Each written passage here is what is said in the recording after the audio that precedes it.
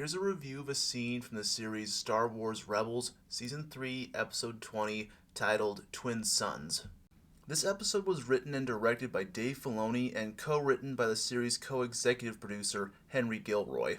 This scene features the final encounter between Jedi Knight Obi-Kenobi and his oldest adversary, Darth Maul, which takes place years after the events of Revenge of the Sith and before the events of A New Hope. The episode starts with the series' main character, Ezra Bridger, going to the desert planet of Tatooine to seek out the legendary general of the Clone Wars, Obi-Wan Kenobi, in the hopes that he'll join the rebellion against the Empire. What he doesn't know is that he's been manipulated by Darth Maul so he can finally find and kill his longtime nemesis.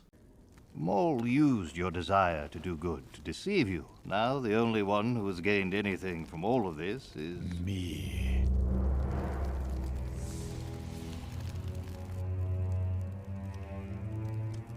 The duel in this scene was the closest to the franchise's roots in samurai cinema, and the writers took a lot of inspiration from Akira Kurosawa's Seven Samurai, whose films were also major inspirations for Star Wars creator George Lucas in the original films.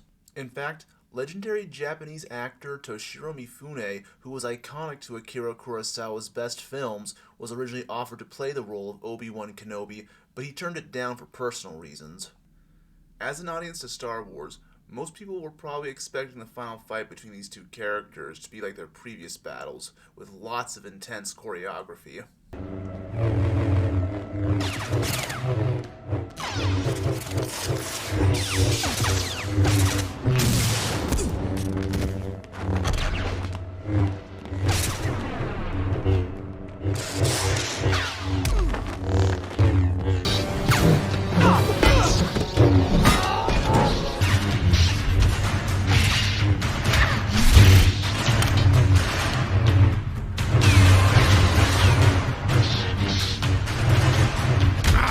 Instead, for this duel, David Filoni wanted to equate the character of Obi-Wan to the Seven Samurai character, Kyuzo.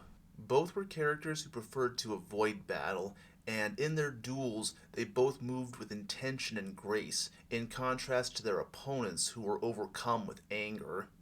The director also used this scene to demonstrate the stark differences between the two characters at this point in their lives. How Obi-Wan has evolved from that brash young apprentice who first fought Maul all those years ago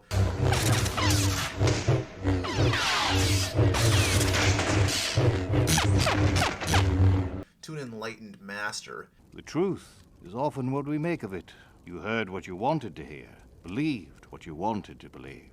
Whereas Darth Maul clearly hasn't changed a bit. Kenobi! And is still consumed by his own anger, hatred, and selfishness. If you define yourself by your power to take life, your desire to dominate, to possess, then you have nothing. And what do you have?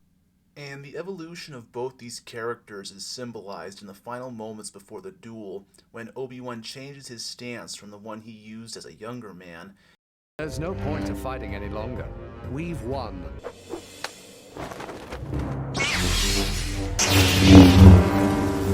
And assumes the stance used by his former master, Qui-Gon Jinn.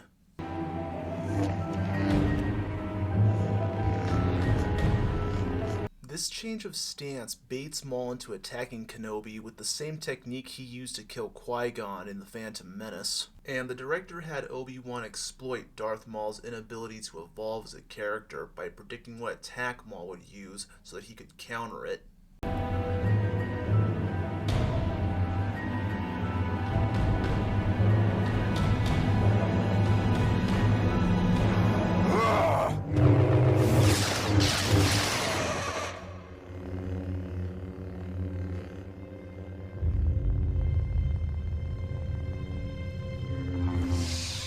And as a final demonstration of how Obi-Wan has progressed as a character, the director has him close Maul's eyes as a final show of grace, despite everything Maul had done to him in the past.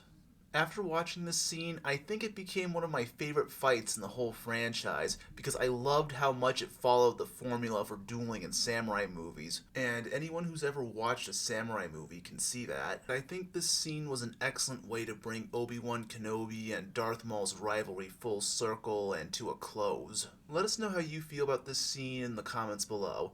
Don't forget to subscribe.